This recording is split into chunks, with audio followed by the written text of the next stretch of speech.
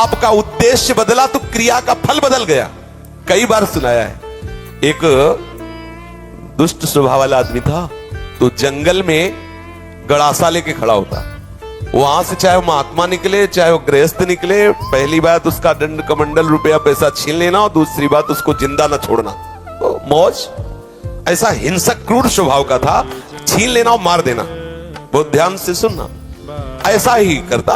अब एक महात्मा जो बड़े भजनानंदी तपस्वी त्यागी थे, तो ऐसे संतों के दर्शन मात्र से पाप नष्ट होते हैं। संत दृश्य जिम पातक डरे, बड़े भाग पाइप सत्संगा विनय प्रयास कोई भव भंगा।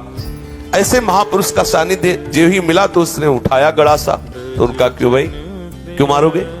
बोले हमारा व्यसन है, मारना हमारा स्वभाव है, हमारी आदत, हमें नशा है, हम सामान छीन लेते हो मारते हैं। बोले ऐसी दुर्गति होगी तेरी कि तुझे पता नहीं। वो तप बल संपन्न थे, वो जो बोल रहे थे वो ऐसा लग रहा था कि उसके दिमाग पे लग रहा है। थोड़ी ही देर में संभाषण मात्र, एक तो दर्शन दूसरा संभाषण, तत्काल उसके हृदय में कंपायमान, हृदय में भय पैदा हुआ, चरणों में गिर गया। महाराज मैं तो बहुत पाप की, ये देखो संत दर्शन का फल, कोई उपाय बताओ। महाराज सब छोड़ दूंगा यदि मुझे शिष्य बना लो। तो उनका तुम्हें ऐसे शिष्य नहीं बनाएंगे, पहले तुम भारत के तीर्थों का अवगाहन करो, जब तुम पवित्र हो जाओगे तब तुम्हें शिष्य बनाएंगे। तुमने बहुत सी हत्याएं की है, बनाएंगे शिष्य, लेकिन पहले भारत के तीर्थों में भ्रमण करो। तो महाराज हम कैसे जानेंगे कि हम पवित्र हो गए, निष्पाप हो गए? तो उन्होंने एक सूखी लकड़ी दी और कहा जब ये हरी हो जाए, इसमें अंकुरण हो जाए, तो वहीं से लौट आना, जानना तुम निष्पाप हो गए। चल पड़ा। और महापुरुष की प्रेरणा, ये होता है संत का प्रभाव। और वो लकड़ी ली सूखी और चल पड़ा। 10 किलोमीटर चला होगा तो एक जंगल में एक बहुत बड़ा बट वृक्ष था, बरगद का, बहुत बड़े बड़े पेड़, बरगद के बहुत बड़ी, उसकी जड़ से आके शाखाओं से नवीन वृक्ष की रचना, बहुत बड़ा वृक्ष था। उसी के नीचे सोचा रात्रि काट लेते हैं, फिर हम तीर्थ यात्रा में जाएंगे। उसी के नीचे तो 4 बदमाश ऊपर चढ़े हुए थे, चोर, और वो समीप वाले गांव में चारों तरफ से आग लगाने का प्लान बना रहे थे कि तुम दक्षिण की तरफ से आग लगाना, तुम उत्तर की तरफ से आग लगाना, और फिर जो निकलेगा उनको मारेंगे, ऐसा ऐसा। उसने सोचा इतने पाप किए हैं, तीर्थ यात्रा तो जा ही रहे, इन 4 को और मार देते हैं क्योंकि ये 4 मरेंगे तो पूरा गांव बच जाएगा। अरे तीर्थ ही जा रहे तो जब 50-100 वो मारे तो 2-4 इनमें क्या जाता है। उन्होंने आवाज लगाई, ये सुनो तुम्हारा प्लान ठीक नहीं है। तो देखा कि कोई हमारे प्लान को सुन लिया।